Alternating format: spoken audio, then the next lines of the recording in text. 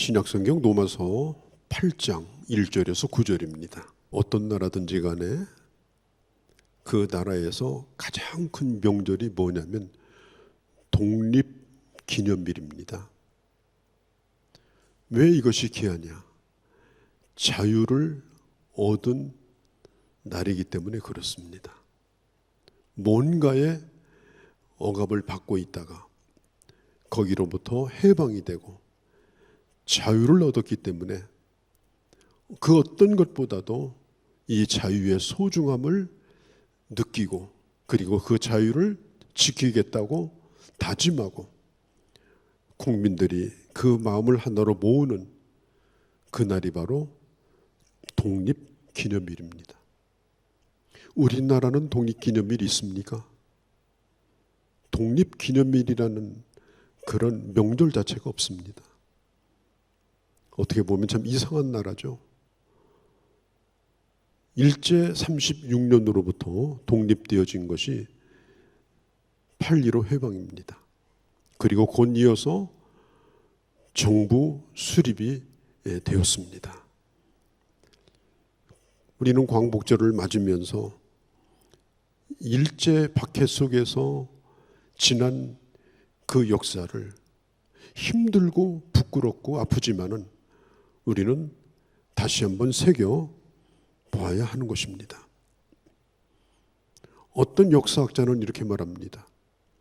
일제 36년이 아니라 그보다 조금 더 길었다면 우리나라는 뉘에꼬치가 나방이 돼서 날아가 버리고 껍데기만 남은 나라가 됐을 거다.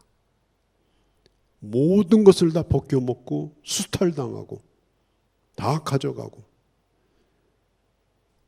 모든 자원들 그리고 사람에 이르기까지 전쟁 말기에는 우리 젊은이들을 가미가제 폭격, 인간 폭탄을 실은 비행기에 실어가지고 바다로 내어 보내는 그런 일까지 저질렀고 또 인간 어뢰, 사람의 몸에다가 폭탄을 짊어지게 하고 어뢰에다 실어가지고 배에 부딪히게 하는 그런 일까지 자행을 했습니다. 곡창지대에서 나는 곡물들을 실어 날리기 위해서 철도를 깔고 그리고 남해안 항구를 중심으로 모든 곡식들을 다 실어 날랐습니다. 그리고 남아있는 사람들은 꿰목 끓여 먹고 풀 뜯어서 죽서 먹고 나무 껍질 벗겨 먹고 그리고 전쟁 말기에는 학생들을 동원해 가지고 산에 있는 송진, 소나무에서 나오는 소나무 기름, 송진을 따게 해가지고 그걸 일본으로 가지고 가서 기름을 짜 가지고 전쟁을 하는 그런 기름으로 사용을 하는 일까지 저질렀습니다. 그러니까 일본과 군대가 맞서서 전쟁을 크게 치른 일은 없지만 가까이 있는 대한민국은 철저하게 일본으로부터 수탈을 당하고 전쟁을 치르는 공급처로서 물자와 사람을 그렇게 이용을 한 것이 바로 우리나라였습니다. 사람들은 자기 이름을 쓰지도 못했습니다. 친구들끼리 얘기를 하다가 일본 말이 아닌 다른 말을 학교에서 쓰면은 아이들이 신고를 해요. 그러면 학교 점수를 아무리 잘 맞아도 점수가 안 나오는 거예요. 거기다가 머리가 깨어있는 지식인들, 세상 돌아가는 걸 잘 아는 지식인들부터 뭘 했느냐? 변절자가 생기기 시작합니다. 많이 배운 사람들이 세상 정세를 보면서 이 대한민국이라는 나라는 이제 끝났다. 세계 정세를 보니까 해방은 어렵다. 그리고 춘원 이광수 같은 사람도 나중에 변절을 해서 젊은이들을 불구덩이에 집어넣는 글을 써서 많은 사람들을 전쟁터로 내보내는 그런 일을 저지르게 된 것입니다. 해방은 우리 힘으로 된 것이 아닙니다. 하나님의 은혜입니다. 우리가 한 것이 무슨 독립운동했습니다마는 그러나 그것 때문에 해방된 건 아닙니다. 2차 세계대전이 일본의 패망으로 끝나고 그리고 어쩔 수 없이 일본이 이 땅에서 물러나야 되는 그런 상황이 되므로 우리는 자유를 얻게 되어진 것입니다. 그러나 그 전쟁, 그 일제 시야를 경험했던 사람들은 그 아픔들이 남아 있습니다. 우리가 존경하는 어느 목사님은 일제 때 신사참배를 한 것 때문에 평생토록 고통을 받다가 그가 돌아가시기 전에 교인들에게 내가 신사참배를 했다고, 나는 부끄러운 사람이라고 그렇게 양심 고백을 한 그런 일도 있었습니다. 여러분, 자유라고 하는 건 정말 중요합니다. 그리고 그 자유는 내가 스스로 얻은 것이 아니라 주어진 자유입니다. 내가 쟁취하고 내가 노력해서 얻은 해방도 아니고 자유도 아닙니다. 5년 후에 전쟁이 일어났어요. 미군만 4만 명 가까이가 죽었습니다. 유엔군 합쳐가지고 15만 명 이상이 죽었습니다. 대한민국이 어디 있는지도 모르는 그런 나라였습니다. 나라의 부름을 받아서 이름도 모르는 땅에 수많은 젊은이들이 우리나라를 지키기 위해서 16개국에서 와서 전쟁을 치러렸습니다. 그리고 하나님의 은혜로 600만 명이나 되는 북한에 있는 사람들이 38선을 넘어서 6.25 전쟁 때 피난을 내려왔어요. 그 가운데 상당수가 종교의 자유를 찾아서 전쟁통에 피난을 내려왔고 남한에서 교회를 세우고 신앙생활을 하게 됐습니다. 6.25 전쟁 비록 휴전이 됐지만은 이렇게 전쟁이 끝나게 된 것은 전적인 하나님의 은혜입니다. 3일 만에 서울이 북한 공산군 손아귀에 떨어졌습니다. 그야말로 소망이 없었습니다. 그런데 하나님의 은혜로 이 대한민국을 하나님께서 지켜주시고 오늘 우리에게 이런 놀라운 자유를 하나님이 허락하여 주신 거예요. 이 자유에 대한 소중함, 오늘 내가 누리고 있는 이 자유가 얼마나 소중한가, 얼마나 이것이 귀한가. 예배를 자유로 드릴 수 있고 정치적인 권리를 행사할 수 있고 집회도 자유롭게 할 수가 있고 예배도 드릴 수가 있고 내가 어떤 것을 선택할 수 있는 직업도 선택할 수가 있고 이런 자유들이 얼마나 소중한가. 우리는 이것을 잃어서는 안 되는 것입니다. 자유를 찾은 날이 바로 이게 광복절입니다. 사실 정치도 좋은 정치란 뭐냐? 국민들이 자유롭게 살도록 해주는 것이 좋은 정치입니다. 좋은 부모가 뭡니까? 자녀들이 부모의 간섭을 받지 아니하고 자기 스스로가 선택해서 자기 스스로 자기 길을 건강하게 갈 수 있도록 하는 것, 그게 바로 좋은 부모죠. 부부간도 마찬가지죠. 서로가 서로에게 매이고 명령하고 고랑을 채워가지고 꼼짝도 못하게 만들고, 그것은 사실 불행한 거죠. 서로 자유를 허락하고 그 자유를 존중해주고 그리고 자유를 귀히 여기는 것. 그래서 성경에서 보면은 네가 자녀를 결혼해서 대분할 때 부모를 떠나게 해라. 부모를 떠나게 해라. 그 자녀를 붙들어 놓지 말라. 그렇게 말하기도 했습니다. 미국의 카터 대통령이 그 책 가운데 이런 얘기가 나와요. 한 번은 기자가 와서 물었어요. 당신은 대통령도 했고 또 세계를 돌아다니면서 큰 일도 많이 했는데 참 즐거운 일도 참 많았을 텐데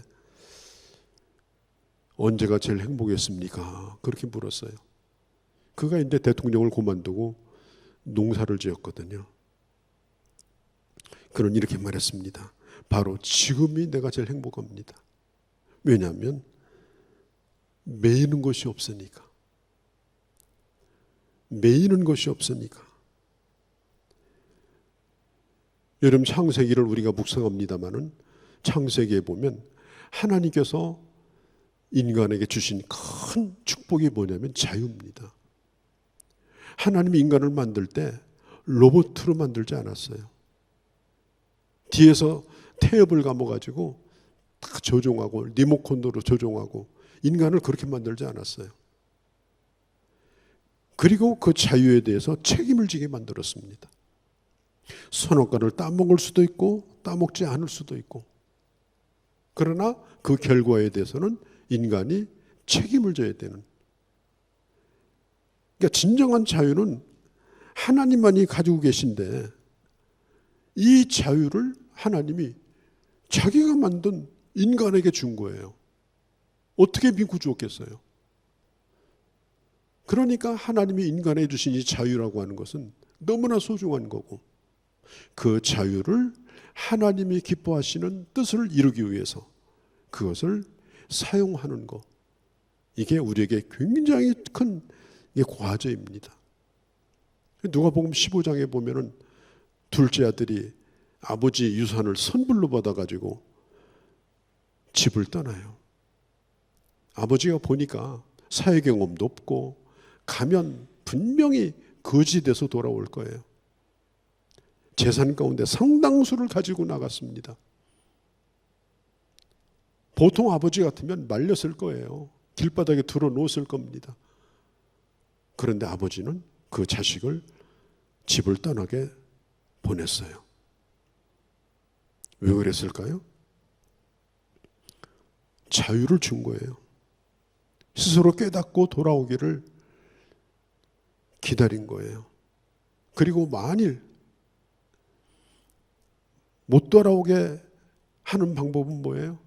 못 가게 만들고 끝까지 저주하고 이렇게 했다면 그 둘째 아들은 집을 나가면서 절대로 돌아오지 않았을 겁니다. 자유를 주었기 때문에 돌아온 거예요. 자유를 주었기 때문에. 그래도 아버지가 자기를 받아줄 걸 믿은 겁니다. 아들이 돌아와가지고 아버지에게 얘기해요. 난 아들이 아닙니다. 종 가운데 하나로 나를 써주세요. 밥만 먹여주면 됩니다.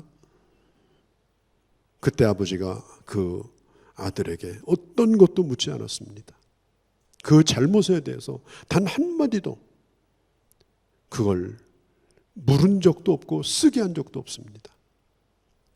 그리고 다만 너는 내 아들이라고 받아줍니다. 옷을 입혀주고 신을 신겨주고 큰 잔치를 벌여서 모든 사람이 다 알 수 있도록 그렇게 아들을 맞아 주었습니다. 그게 바로 하나님의 사랑이에요. 그게 바로 율법을 뛰어넘는 하나님의 사랑이고 그게 바로 구원입니다. 너 탕진했으니까 너는 대가를 물어야 된다. 빚 갚아라. 오늘부터 죽을 때까지 종 노릇하라. 그런 말을 하지 않았습니다. 요한계시록 3장의 20절에 보면 내가 문 밖에 서서 두드리노니, 우리 예수님은 문 밖에서 두드린다고 했어요. 누구든지 문을 열면 내가 들어가겠다. 그럼 문을 안 열면 어떻게 해요? 문을 안 열면 열 때까지 두들기는 거죠. 우리 주님은 절대로 발로 차고 들어가는 일이 없어요. 문을 부시고 들어가지 않아요. 기다리시는 주님이에요. 자유를 주시고 스스로가 깨닫고 주님 없이 살아가는 것, 주님 없이 사는 인생이 얼마나 힘든가, 얼마나 어두운가, 그걸 스스로가 깨닫고 그 문을 열고 주님을 받아들이기를 원하는 것이 바로 우리 주님의 마음입니다. 하나님 우리에게 자유를 주셨습니다. 그리고 이 자유는 하나님이 나를 하나님의 사람으로 대접해주는 가장 가장 큰 축복 가운데 하나예요. 그래서 내가 앞으로 자유자로 어떻게 살겠는가? 이게 바로 우리 고민이에요. 사도 바울에게도 이런 고민이 있었습니다. 로마서 7장에 보면은 7장 23절 24절에 보면은 바울이 이렇게 말합니다.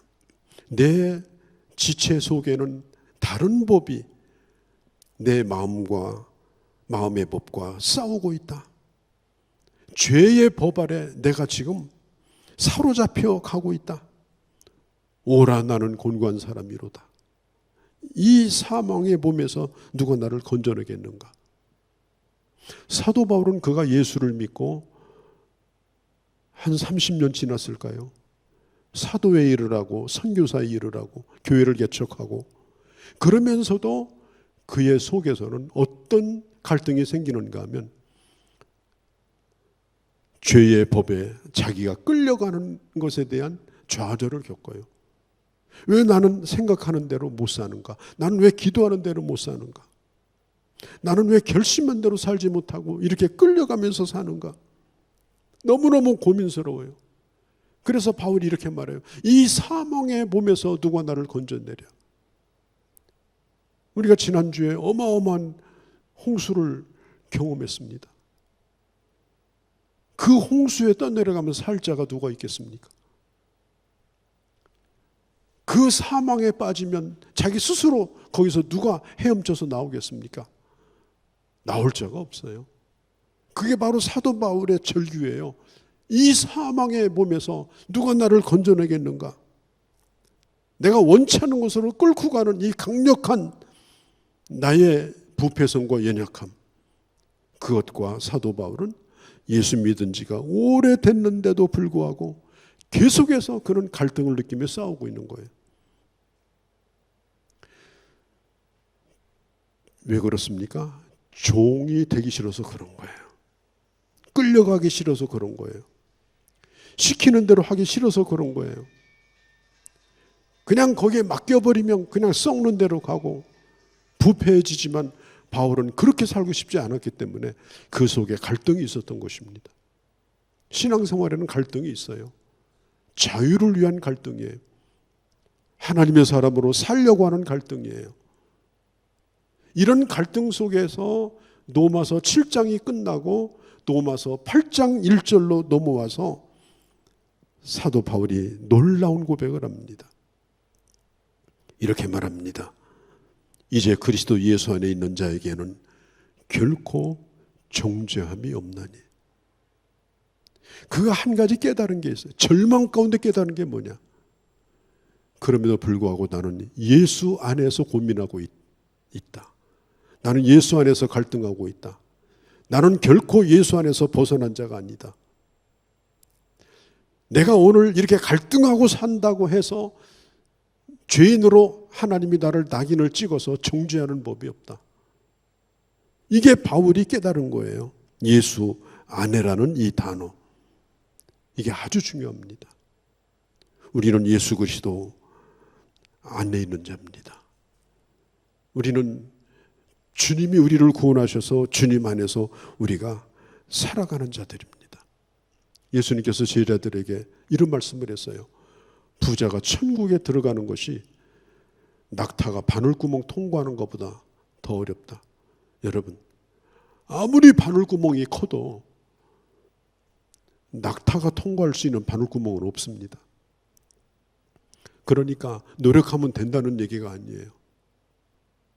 인간이 하나님 앞에 나가는 데 있어서 노력해서 되는 건 아닙니다. 이 얘기를 들었던 제자들이 이렇게 말합니다. 근심하면서 예수님, 우리는 집도 자녀도 모든 걸 다 버리고 주님을 쫓았는데 이래도 구원받지 못합니까? 이래도 천국에 못 갑니까?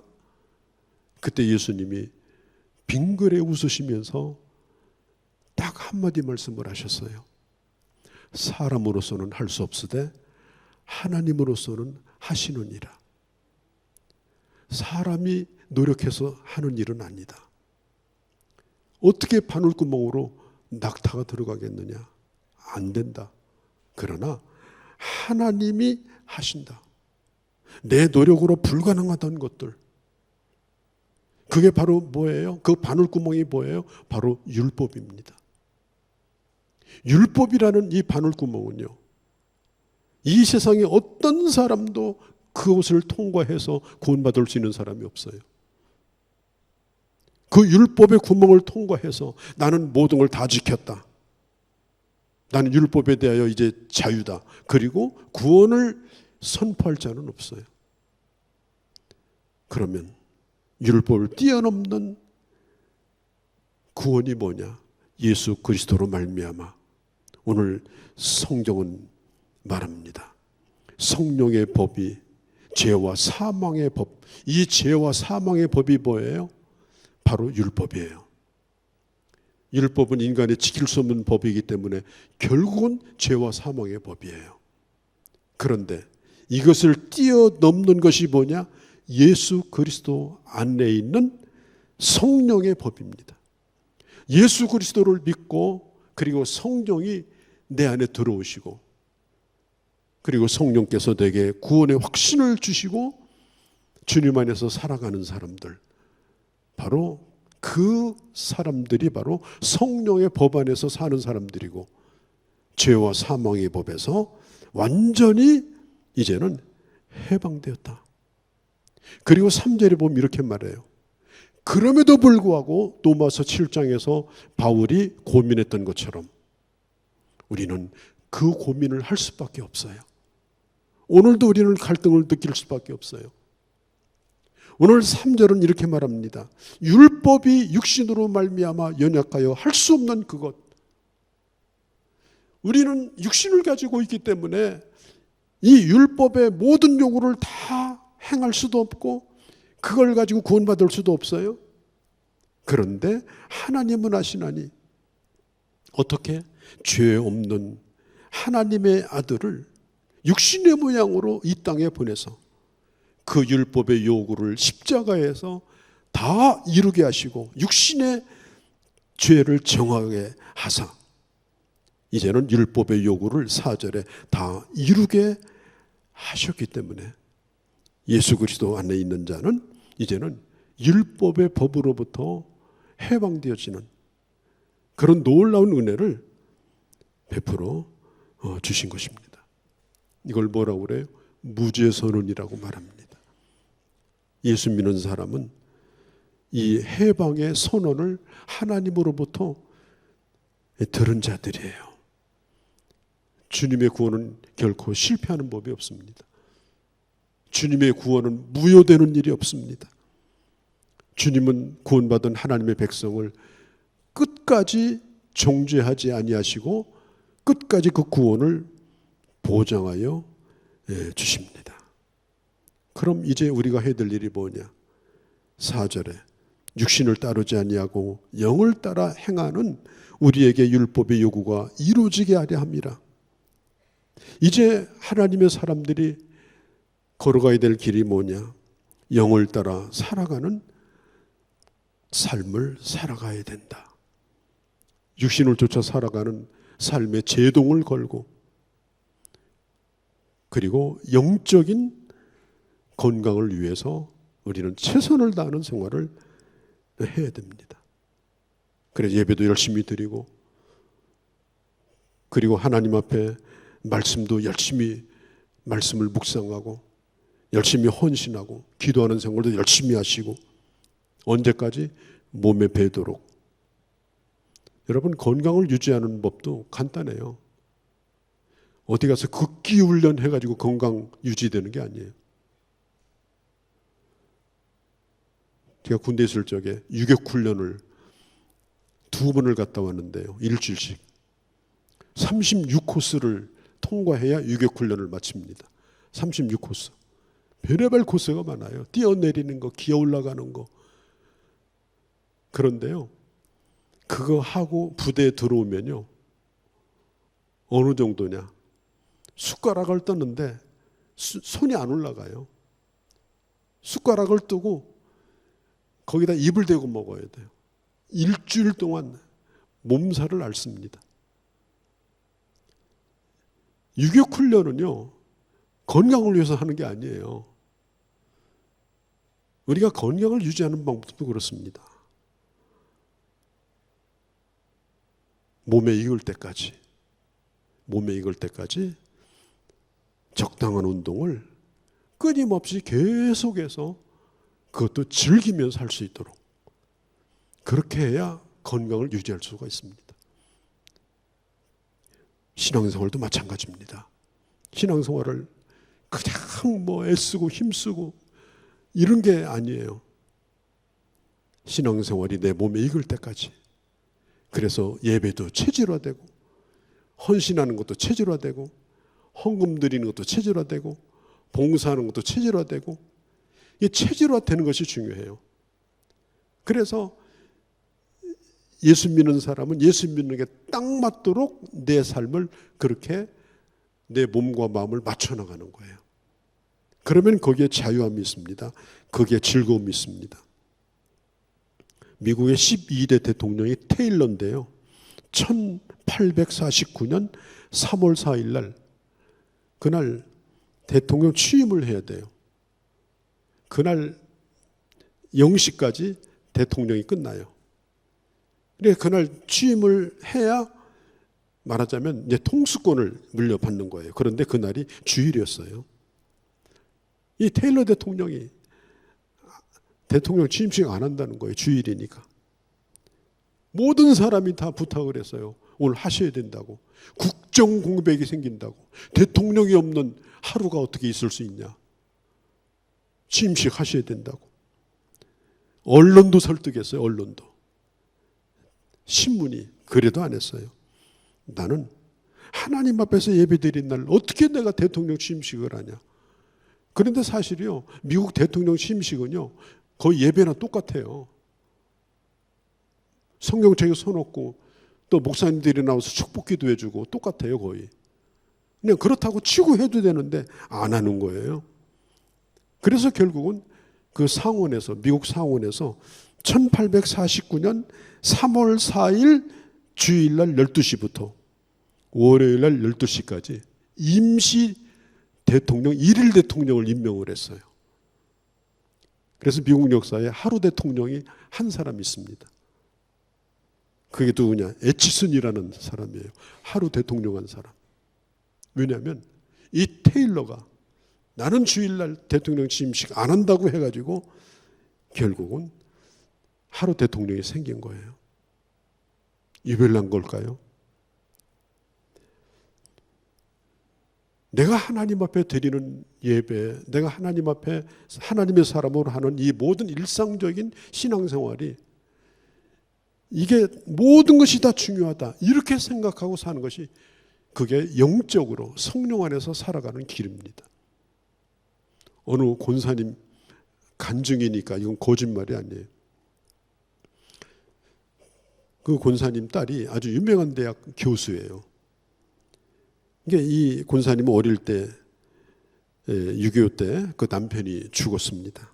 그 남대문 시장에서 떡장사 해가지고 그 딸을 키웠어요. 유명한 대학을 보내고 유학을 보내고 또 결혼도 시키고 그리고 부부가 다 대학 교수예요. 그리고 이제 집을 장만해가지고 여유가 생기니까 그 홀로 된 어머니를 남편에게 허락받아서 우리 친정 어머니 좀 모시고 싶다. 그러니까 또 남편이 허락을 해서 그 집에서 어머니와 같이 생활을 하게 되었습니다. 어느 해 생일날이 됐어요. 딸이 물어요. 어머니 소원이 뭐세요? 제가 그 소원을 들어드리겠어요. 그러니까 어머니가 하는 얘기가 얘야, 내가 다니는 교회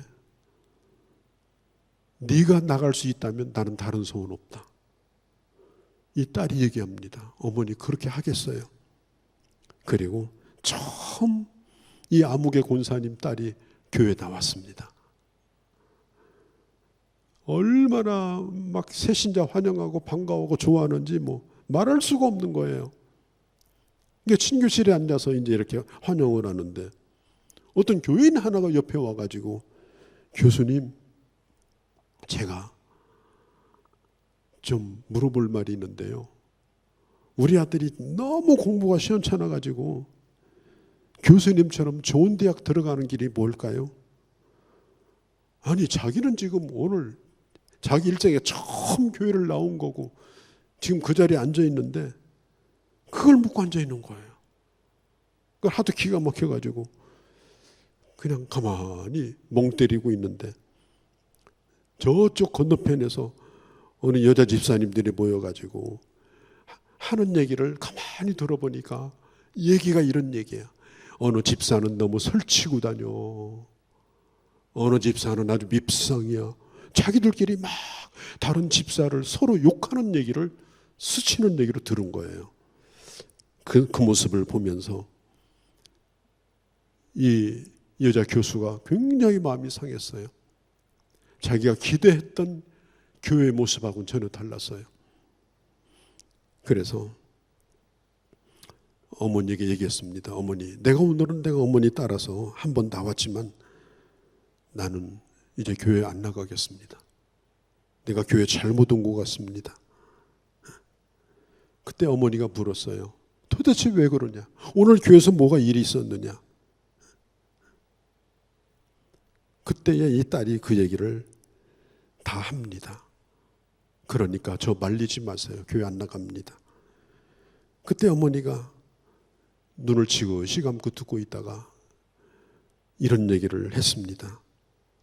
얘야, 나는 평생토록 교회를 다녔어도 하나님 한 분이 좋아서 나는 다른 것도 보인 적도 없고 다른 생각이 난 적도 없고 다른 말이 들린 적도 없는데 아니 너는 오늘 처음 교회 나가는데 어떻게 그렇게 많은 걸 보았고 많은 걸 들었니? 감사하며 살기도 짧은 인생인데 좋은 걸 보며 살기도 짧은 인생인데 어떻게 나는 그런 걸 들었어? 정말 엄마가 충격이다. 초등학교도 안 나온 엄마입니다. 내가 교회 다니면서 무슨 일을 안 겪었겠니? 그러나 나는 그런 것들을 생각하지 않는다. 내가 남편을 잃고 평생 과부로 험한 세상을 살면서 세상에서 무슨 일을 또 안 겪었겠니? 어떤 건 그냥 수용하고 어떤 건 그냥 흘려보내고 그리고 내가 하나님 한 분 의지하고 여기까지 오지 않았느냐? 너는 나보다 똑똑하지 않니? 너는 나보다 많이 배우지 않았니? 어머니가 그 얘기를 한 걸 가만히 들으니까 왜 그렇게 어머니가 훌륭한 어머니였는지 그렇게 어머니가 그렇게 귀한 분이었는지 그때 비로소 답을 찾은 거예요. 하나님 때문에. 그래서 그 딸이 마음을 고쳐먹고 교회를 다니기로 했다는 간증을 제가 책에서 읽었습니다. 여러분, 우리는 신앙생활을 하면서 우리 스스로 안에 많은 갈등을 가지고 있습니다. 나 같은 사람, 난 신자도 아니야. 이런 갈등. 그리고 어떤 때는 세상에서 실패하면서 그런 좌절도 겪습니다. 그러나 하나님은 그런 걸 기억하지 않아요. 하나님의 자녀라는 것, 하나님이 의롭게 하고 깨끗하게 한 자녀라는 것만 하나님이 기억하시는 거예요. 그리고 끝까지 나를 정죄하지 아니하셔요. 그래서 오늘까지 우리가 여기에 있는 것입니다. 마르틴 루터가 그가 신부였잖아요. 천주교. 그러다가 정교교육을 일으켰는데 잠잘 때마다 악몽에 시달리는 거예요. 너 같은 놈이, 너 같은 놈이. 무슨 뭐 이러면서 계속해서 가위에 눌려요. 그래가지고 견딜 수가 없어요. 그렇게 하다가 어느 날 그가 이 노마서를 보게 됩니다. 너 같은 놈이 아니라 나는 하나님의 자녀다. 하나님이 나를 해방시켰다. 내 신분은 절대로 변하지 않는다. 그리고 한 번은 꿈속에서 선포했대요. 그 말씀을 선포했대요. 그랬더니 다시는 나타나지 않다라는 것입니다. 여러분, 이 자유가 정말 중요합니다. 하나님은 우리에게 자유를 주셨고 우리가 하나님의 사람으로 자유의 길을 걸어가며 하나님의 백성에게 주시는 은혜를 누리며 살기를 하나님 우리에게 원하십니다. 일제시대 때 우리의 희망이 무엇이냐? 이 풍진 세상을 만났으니 이러면서 도박하고 술 먹고 이러면서 세상을 탓했던 그런 시기도 우리에게 있었습니다. 우리도 과거에 그러지 않았습니까? 이제 예수님 만나서 우리는 자유를 누렸고 특별히 이 자유의 날이 바로 주일입니다. 주일은 내가 자유자라는 걸 선포하는 날이에요. 나는 그 어떤 것에도 매이지 아니하고 어떤 것도 나를 붙들 수가 없고 어떤 것에도 나는 사로잡히거나 끌려가지 아니하고 나는 하나님의 사람이다. 이것을 선포하는 날이 이게 바로 주일입니다.